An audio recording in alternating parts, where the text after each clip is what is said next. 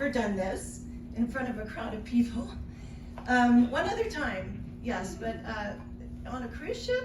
And if anybody told me, oh, it's okay, we're working on it.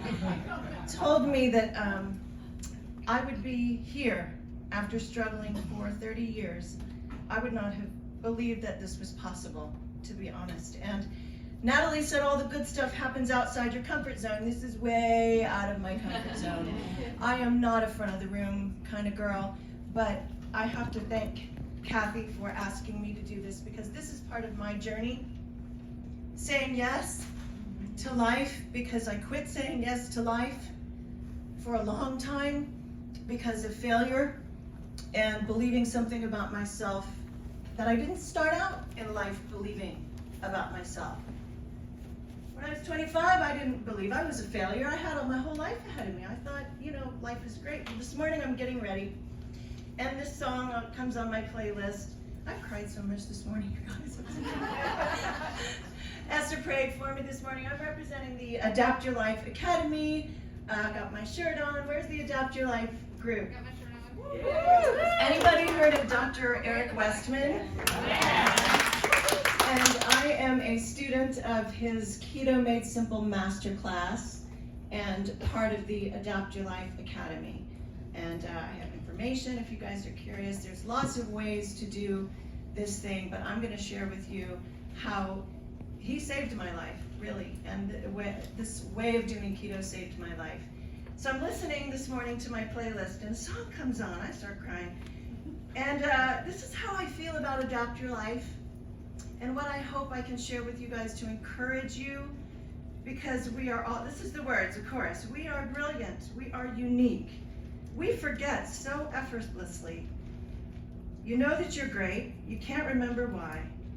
I will remind you, because all you need is someone else to see. And I had forgotten how to see myself because of what weight did to me.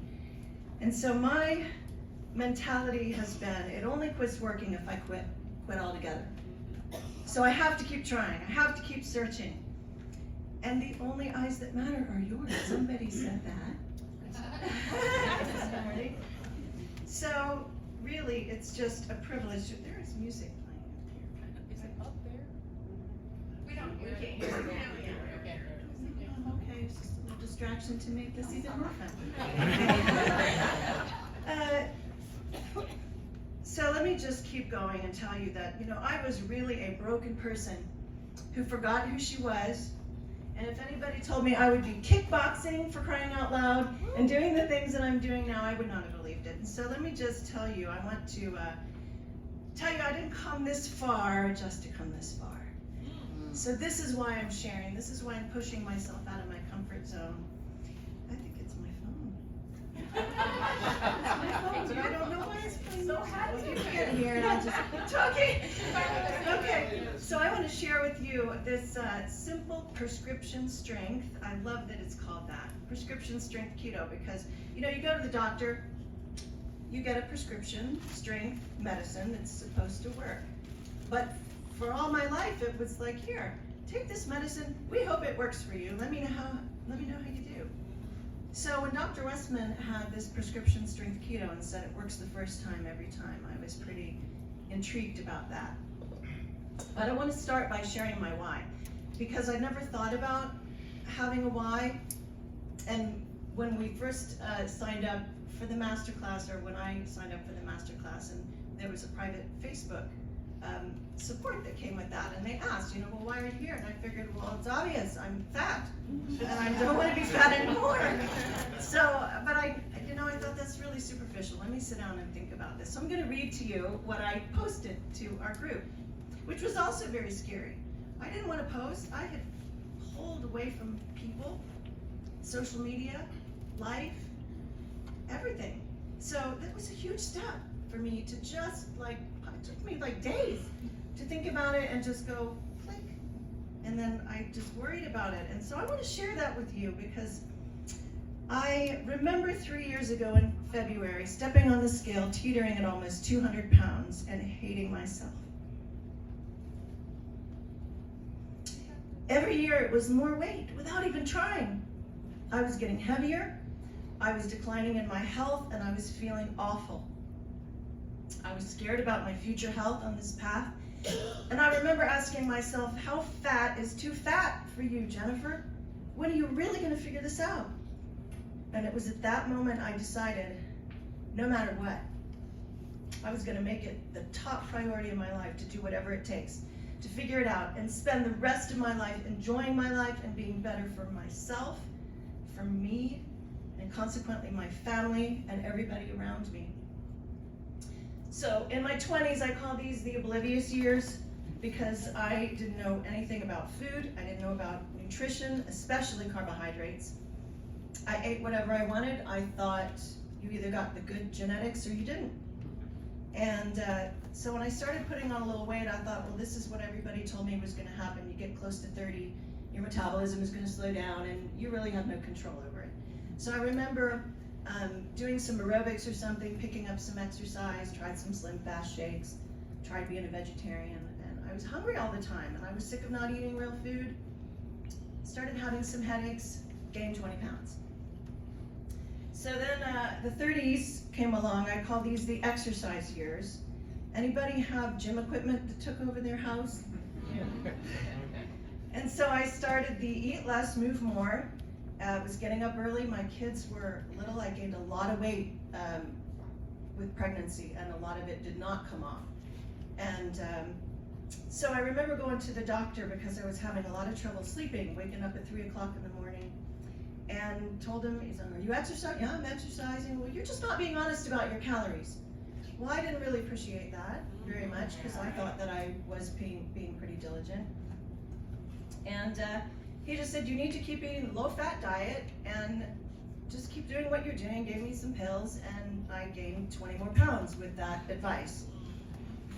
So when the 40s came along, this is where I started to really become defeated and hated the way that I looked and added the dieting years to the mix. Joined Weight Watchers. Now this is before they had all of the fun, apps and smartphone and all that. And I remember, it's 10 o'clock, I've already used up all my points, what am I going to eat the rest of the day? And I couldn't figure it out. My kids were little, and so I'm having to look everything up. It was taking forever just to make a chicken salad. It was unsustainable, and so I remember, okay, I've got to maybe just join a gym. So I joined a gym and started a class, and then that didn't work, and I'm looking at the calories, trying to count, thinking, holy cow, I don't have enough hours to do this. Maybe I need to talk to a trainer. So I go to one trainer, and he's like, well, you're eating too much, and you need to mix it up, do something harder. And I'm like, I'm 186 pounds. Try doing a boot camp class. Well, I did. And you ever seen The Biggest Loser? All right, I wanted to be those people. I was like, I want to look like that at the end, Well, doing the boot camp class, I kind of was, because I felt like I was going to throw up. You ever see him throw up in the trash? And I'm like, this is not possible. So I went to a female trainer, and I thought, well, maybe she'll know something different. So she said, you're not eating enough. So what little weight that I had lost, I gained back. I was still not sleeping the whole time, and was now having joint pain. The headaches were getting worse. Only this time I was getting migraines that would wake me up in the middle of the night, like somebody hit me with a hammer. And very debilitating. My feet began to hurt. It was like, you get out of bed and it feels like you're stepping on glass. And I was exhausted, and I just decided to be fat. I'm like, this doesn't work. This is just maybe what happens when you get old. You gain weight, you get some kind of disease, and you die. And that was my hope for the future at 48, 49 years old. And so 50 though, there was a different conversation when I hit this crisis, because I was having some memory problems. And I'm a music teacher. I've been doing it for 31 years, recently retired, so my husband and I can travel. And I remember writing down, I was trying to teach one of my students a little concept, and I remember writing the notes down, trying to teach the rhythm, and and this happened several times. I looked at it, and for just about 3 seconds, I couldn't remember what it was. Not like, oh, now how did I teach that? No, I looked at it, might as well have been Swahili. I did not know what those symbols were. Freaked me out. I would drive to the grocery store and get halfway there and forget how to get there. So that took me to the doctor in a fast hurry. I didn't tell anyone, and well, my family knows now, but I did not share that. I thought I was getting Alzheimer's or dementia or something. And so all kinds of tests, of course, and he said, you know, you're on your way to prediabetes. You need to give up sugar. I'm like, I don't know what that means. I don't eat sugar. Well, sugar was not the problem, but popcorn was a problem, pasta, bread at the table, these kind of things. And so I sat down, I'm like, all right, I'm gonna give up sugar, I'm gonna give up anything that converts to sugar, but I made 3 rules for myself, because I didn't know about keto or anything at this point. And it was, I'm not going to be hungry, because every diet I ever did, anything I'd ever tried, I was hungry. Whatever I do has to be sustainable for the rest of my life, or it's not going to work, and I'm gonna have to enjoy it, or I'm not gonna stick with it. So that's where I started. And I got a piece of paper out, and every day I just wrote down what I ate. Cleaned out the cupboard, because I knew that would be a problem. And so I found a book by Jason Fung called The Obesity Code. I'm sure some of you have heard of it. It was at Costco. And started a journey of fasting. And that was really hard. I never fasted in my life. And through that, I found out about internet keto. Followed some people that I thought were well respected, and I had some success with it, and did really well. I lost about 40 pounds doing that, but it didn't work without fasting, a lot of fasting. And the more I fasted, the harder my body began to push back. And then I stalled for a year. And I thought, holy cow, what do you do when not eating or eating 1 meal a day stops working? And so then I'm like, all right, well, maybe I need to figure the macro thing out, because I hadn't done that yet. Couldn't figure the macros out. Was eating a lot of vegetables. I was not doing a lot of butter coffee and the added MCT oil. And I wasn't being careful, like with how much cream I put in my coffee and these kind of things. Counting net carbs, not total carbs. And I was limiting my protein because I was afraid it was going to spike my insulin, you know, all the things that you hear on the internet. And it began to just consume my life because it just wasn't working, and I was getting really confused. And I'm like, this is breaking my own rules.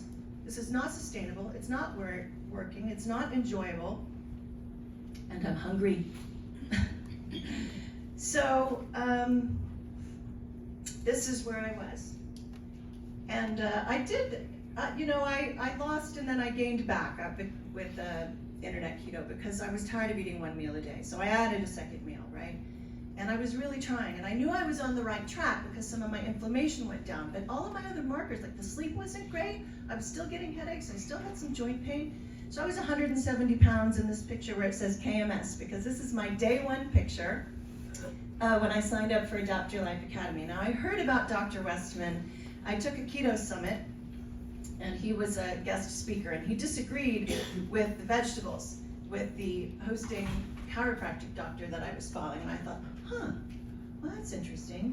And so months later, when I saw his advertisement for the Keto Made Simple Masterclass, I remembered him, because I'd never heard of him before that. I hadn't been out online or anything. I just quit life. I quit life. And so I thought, okay, do I really want to sign up for do I really want to sign up for, what else can I possibly learn about keto that I haven't already been doing for these last couple of years? And so I signed up and thought, well, maybe I'll lose 10 pounds by Christmas. You know, maybe I could learn a little something that might help. Holy cow. From the first day, my hunger went away. I couldn't believe it. And it takes a measure of trust. You know, when people have been telling you, or even your doctor, do this and it doesn't work and you've been failing for 30 years, it takes a little bit of trust to go out on a limb and try something that someone says, oh, yeah, this works. But when I looked at his track record, when I looked at what he'd been doing for 20 years, the science behind it, and the fact that he said prescription strength, and the fact that in the master class I had access to him, so that if I had trouble, I could email and say, listen, you know what do I need to do? Something's going on, it's not working. I love that. So my hunger went away, my cravings went away. The best part is it was so simple. I didn't have to count macros anymore. I didn't have to think about it. All I had to do was just follow this program, and it did it. My body said, thank you. If you will just eat this way the rest of your life, I will take care of the rest. And that's exactly what happened. My body began to heal, and I had hope. The weight started coming off. The headaches went away, my body healed, pain went away, my sleep got better, and I wanted to start moving. So the simplicity brought freedom to my life. It met my rules because I'm not hungry. I can adapt. I can go on a cruise. I can do life doing this. But the emotional healing, because when the weight came off, the emotional weight began to come off. And it just rocket launched me in this place that I did not expect to want to talk to other people and share and get back involved in life. And I began to embrace fitness because there were things that I had stopped doing because of weakness in my body. I've had reconstructive surgery on both of my shoulders. I couldn't change the sheets on the bed. My son had to take over vacuuming the house. I couldn't take the recycle bin. I'm like, what's going to happen to me when I'm 70 if I can't do this when I'm 50? So I began with trying my first little sit-up, feet under the, pulling. I could not do one sit-up, and it's been a long road to get to where I am now. So it might have been simple, but it was not easy. So adding the fitness has tremendously improved my mobility, my strength. And so in closing, I just want to say that I'm forever grateful for where I am because I've lost 68 pounds. I've not only reached but exceeded the goals I've set for myself. All of my chronic pain and my problems have resolved. I don't take any medicines anymore. Best of all, I'm in the best shape of my life, and I'm sleeping perfectly. You don't have any idea what a gift it is. I'm sleeping perfectly. To go to bed at 10, sleep 8 hours is fantastic for the first time in 20 years. That is a gift beyond measure, and I could have never done any of this had it not been for Dr. Westman and the Adapt Your Life Academy team, the ongoing education and support, who decided to bring what they knew to the virtual world. And where there's brokenness, hope's never far behind. So they say a picture's worth 1,000 words, so I'd like to share a video that I made this year about my experience with Adapt Your Life Academy that will show the power of what happened when I began this corrective, prescription strength keto diet and embraced fitness. Thank you.